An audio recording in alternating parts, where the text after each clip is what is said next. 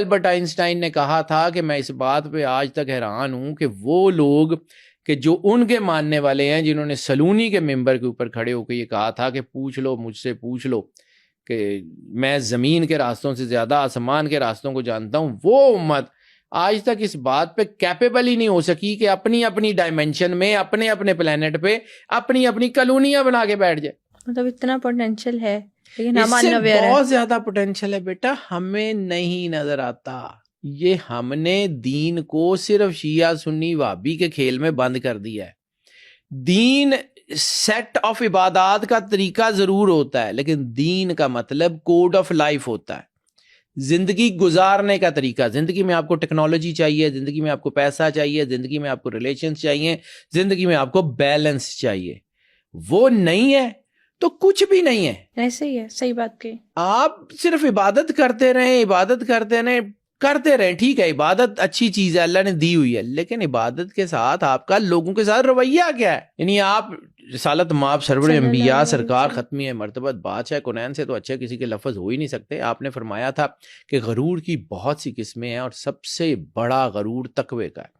جب انسان کو یہ غرور آ جاتا ہے نا کہ میں بڑا نیک آدمی، میں بڑا پاک آدمی، باقی سارے گناہ گار، تو وہ جو غرور ہے اس کو تباہ کرنے کے لیے کافی ہوتا ہے. یہ نیکیوں کا غرور یہ بہت خطرناک چیز ہوتی ہے. علم کا غرور، یعنی خود اپنا تعارف سرور انبیاء سرکار ختمی مرتبت بادشاہ کونین کرواتے ہیں کہ انا مدینۃ العلم وعلی بابها، اپنا تعارف علم کی وجہ سے کرواتے ہیں.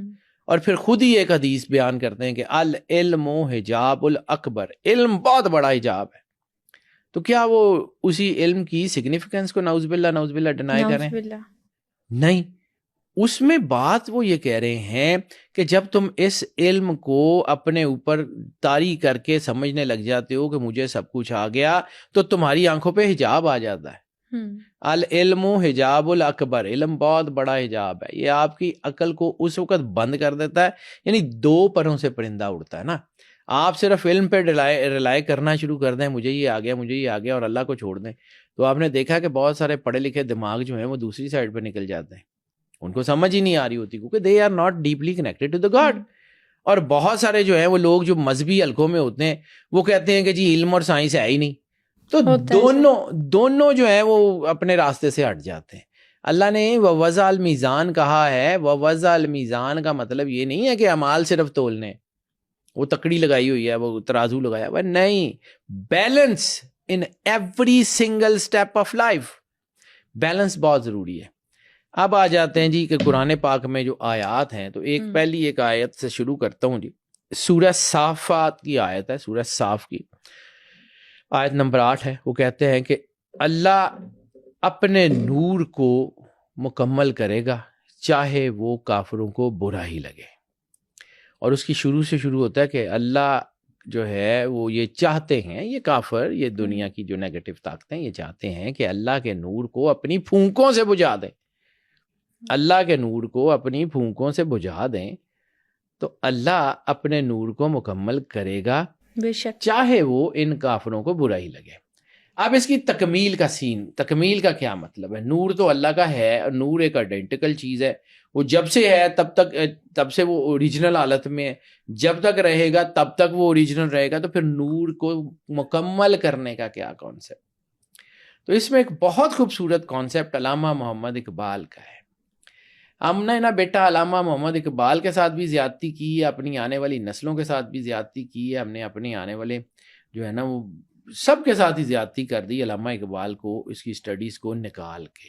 ایک کانسیپٹ ہے علامہ صاحب کا جس کے اوپر بہت سارے علماء نے بہت فتوے دیے، ان کے خلاف بہت کچھ کیا، یہ کافر ہو گئے ہیں، فلاں ہو گئے ہیں، لیکن وہ کانسیپٹ بہت خوبصورت ہے. That is Muhammad in the making.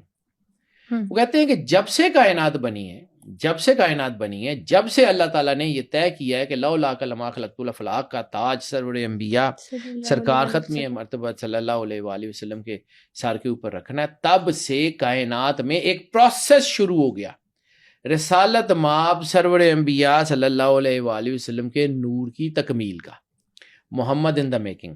وہ فرماتے ہیں آدم بھی رسالت مآب کے نور کی تکمیل کا ایک سٹیپ تھے، اور پھر وہ سٹیپ بائی سٹیپ 1,24,000 نبیوں سے وہ نور ہوتا جو ہے وہ سرور انبیاء سرکار ختمی مرتبہ صلی اللہ علیہ وآلہ وسلم کی ذات سے مکمل ہوا، اور پھر وہی جو ہے وہ نور اپنی منزلیں طے کرتا کرتا قیامت تک رہے گا، اور مولا امام مہدی علیہ الصلوۃ والسلام اسی نور کی ایک تنویر کے طور پہ، یا اسی نور کی ایک جو ہے نا وہ خاتم جسے کہتے ہیں نا کہ خاتم الانبیاء و خاتم الائمہ، تو وہ ایک سٹیمپ کے طور پہ، ایک ختم کرنے والے ایک اینڈ نوٹ کے طور پہ، ایک اینڈ پرسنالٹی کے اوپر، یہ ایک لاسٹ پرسنالٹی کے طور پہ وہ ظاہر ہوں گے۔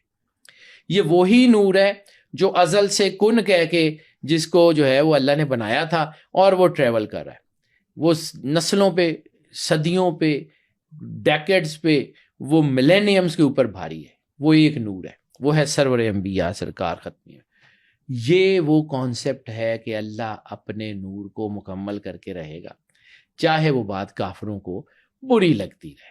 یہ جو کانسیپٹ ہے کہ آدم علیہ السلام، دیکھو بیٹا اسلام تو ایک ہی ہے نا، اللہ کہتا ہے ان الدین عند اللہ الاسلام، اگر اسلام ہے تو وہ ایک ہی ہے، جو اللہ کے نزدیک اگر کوئی دین ہے تو وہ اسلام ہے، اور کوئی نہیں ہے۔ یعنی آدم علیہ السلام کا دین بھی اسلام تھا، شریعت آدم بھی اسلام تھی، شریعت نوح بھی اسلام تھی، شریعت ابراہیم بھی اسلام تھی، وہ سارے ہی اسلام کے ڈیفرنٹ ورژن تھے، ان کے نام ڈیفرنٹ تھے، لیکن وحدانیت اللہ اور اس کے ساتھ، یعنی ہمارے ہاں عموماً جب ہم تھوڑا سا اس کو تصوف کو دیکھتے ہیں تو 8 جو ہے نا ڈیفرنٹ کلمات ہمیں ملتے ہیں۔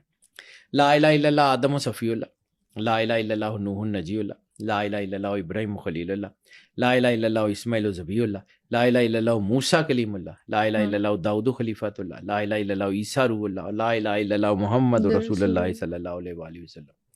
یہ 8 کلمے جو ہیں یہ بیسیکلی یہ 8 ڈائمینشنز کا نام ہے۔ 8 ڈائمینشنز اگر آپ کو کسی وقت زندگی رہی تو 8 ڈائمینشنز میں یہ 8 کلموں کی چیزیں ہیں، یہ 8 ڈائمینشنز ہیں، اور 8 میں سے بھی جو 5 ڈائمینشنز ہیں وہ بہت اہم ہیں۔ پھر کسی دن زندگی رہی تو اس کے اوپر بات کریں گے کہ یہ 5 ڈائمینشنز کون سی ہیں جس کے اوپر اللہ نے کہا ہے کہ ہم اس نور کو مکمل کرنے والے ہیں۔ اینٹی طاقتیں اسی کے تو خلاف ہیں، اینٹی طاقتیں اسی لیے تو لڑ رہی تھی۔ یہی تو علامہ صاحب نے کہا تھا ستیزہ کار رہا ہے ازل سے تا امروز، چراغ مصطفی سے شرار بولہبی، یہی ایک راستہ ہے۔ اور اسی کے اوپر وہ جو میں نے آپ کو کہا تھا کہ اگر وقت ملے کبھی زندگی میں تو دی بلڈ لائن ضرور پڑھنا۔ دی بلڈ لائن بڑی خوبصورت کتاب ہے، اس میں انہوں نے بتایا ہوا کہ یہ 2 نسلیں ہیں، 2 ریسز ہیں جو آپس میں ہمیشہ سے لڑتی رہی ہیں۔ بالکل ٹھیک ہو گیا۔ تو یہ جو ہے نا اللہ نے جس کو نور کو، یہ کافروں کو، یہ کافر اس کے خلاف چل رہے ہیں۔ دوسری ایک اور حدیث ہے، سر حدیث کے مطابق کوئی ایسا وقت بھی آئے گا جس میں جو غیر مسلم قوتیں ہیں وہ مسلم امہ کو چاروں طرف سے گھیر لیں گی؟ تو یہ آیا ہوا ہے نا بیٹا، چاروں طرف سے مسلمان گھرے ہوئے ہیں۔ حدیث میں سرور انبیاء سرکار ختمی مرتبت نے بالکل یہ کہا تھا، اور یہ بلکہ اچھا کیا آپ نے یاد کرا دیا، یہ سنن ابی داؤد کی 4297 حدیث ہے، اور اس وقت جو ہے وہ جو رسول اللہ نے فرمایا تھا وہ آج ہمارے اندر 1 کروڑ فیصد، 100% تو بہت چھوٹا پیچھے رہ جاتا ہے، 1 کروڑ فیصد کے سے زیادہ ہم امپلیمنٹ کر رہے ہیں اس کو۔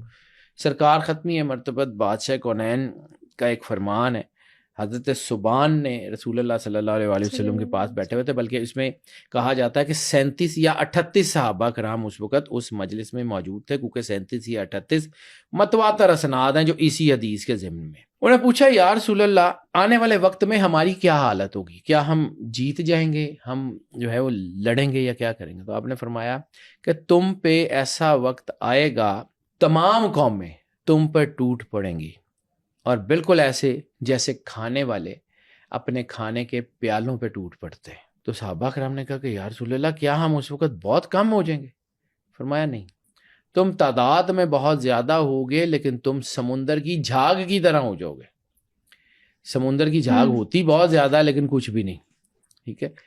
اور اللہ تمہارے دشمنوں کے سینوں سے تمہارا خوف نکال دے گا۔ یہ حدیث کے لفظ ہیں کہ اللہ تمہارے دشمنوں کے سینوں سے تمہارا خوف نکال دے گا اور تم میں وہن ڈال دے گا۔